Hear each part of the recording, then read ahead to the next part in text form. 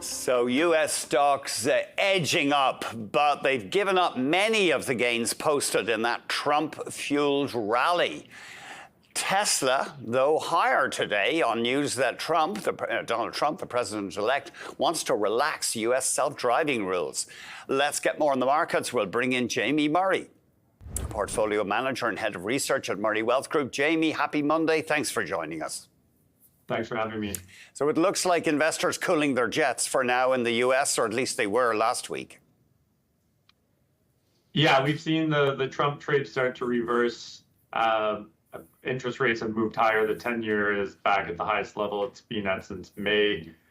So even though the Federal Reserve's cutting rates, and investors are starting to price in higher inflation, higher economic growth as well, but we're seeing that take a little bit of a breather on the equity markets. Why is that? I suppose markets, I mean, they go up, they go down. There's often a reaction to a sharp move up. Sure. So, I mean, like I said, the rate trade is one of it, but we're also seeing the new administration come in with some interesting choices for potential cabinet positions. I think there's some risk and sector-specific risk. We're talking about the Department of Government Efficiency, which is going to look to likely cut government expenses, and a lot of these are contracts that flow to businesses on the equity market, so that's one sector. As well, on the consumer food and beverage side, we're hearing about potential regulatory changes that could come into play there, not just on the type of ingredients or how they can market and sell these, but even potentially whether it's a tax on unhealthy food ingredients, or even where the SNAP benefits. So these are lower income government benefits, where that money can be allocated to, like what types of products they can use that to buy. The Nvidia, are you interested in that stock at all these days, Jamie? I mean, I think everybody's interested in it, whether you're long it or short it or neutral on the name. But I mean, the whole market's watching it. It's now close to or the largest stock in the index. So they're going to report this Wednesday. Expectations are for about sales to be $33 billion. That's up 10% quarter over quarter and more than 100% year over year. So Nvidia is still going to be seeing tons of demand for their AI GPUs. Now, the stock is down a little bit today. There's some news reports coming out that these newer GPUs potentially are overheating when they're being plugged into these giant AI models. And so that's going to be something NVIDIA is going to need to figure out. It's still early in their launch, so even if there are some bugs to work out, we think they'll do that. And the demand for these type of chips remains huge, astronomical. And so we're still, the AI trade is still going strong, and we think there's going to be positive demand coming in and commentary coming out of NVIDIA CEO. Self-driving cars are apparently popular with President-elect Trump. We did see a boost for Tesla shares. How are you playing the self-driving revolution? Yeah, and so the self-driving autonomous vehicle market is fascinating right now. We think this is going to be one of the biggest growth stories over the next decade. Lots of high expectations for how these vehicles can perform. We are long two stocks in this play. We're long Alphabet, which owns Waymo. So Waymo, we think, is the clear leader in this technology. They have robo-taxis on the road. When I was in Los Angeles last month, I saw one drive by. Wasn't able to take one, though, because the wait list was still so long at that point. But there's big demand for these. They're working very well. They have 22 million miles, and the early data shows they're much safer than human drivers, at least the Waymo cars. The other option here is Uber, and Uber shares are almost the anti-Tesla right now. When Tesla goes up, Uber goes down, and vice versa.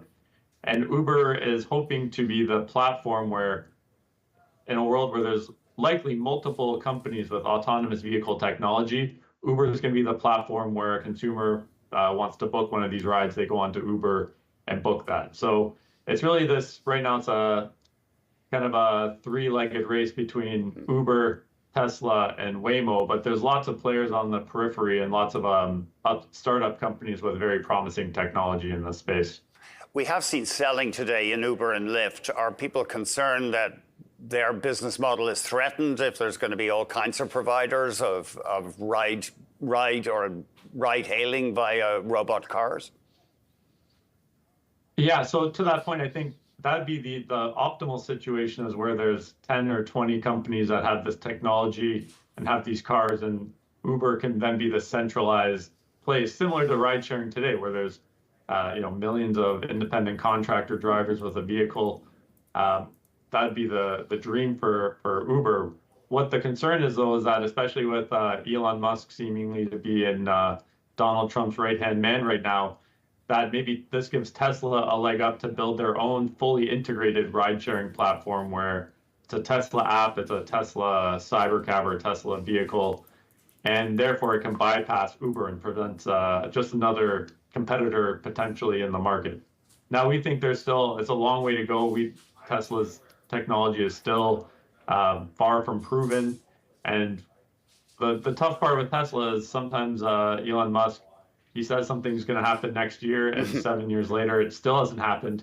But then he'll land a rocket ship at a lower cost than NASA can do it. So it's going to be a wild time over the next 5 years, that's for sure. And then finally, Manulife. Did you think Roy Gori did a decent job at the company? Yeah, we thought he did a phenomenal job. If you look over the last 7 years, really since he took over, the return on equity, which is really the key metric for these big financial insurance companies, where there's not a whole lot of revenue growth. You want your return on equity to be high. And over the last 7 years from when he took over in 2018, return on equity was about 13.3%.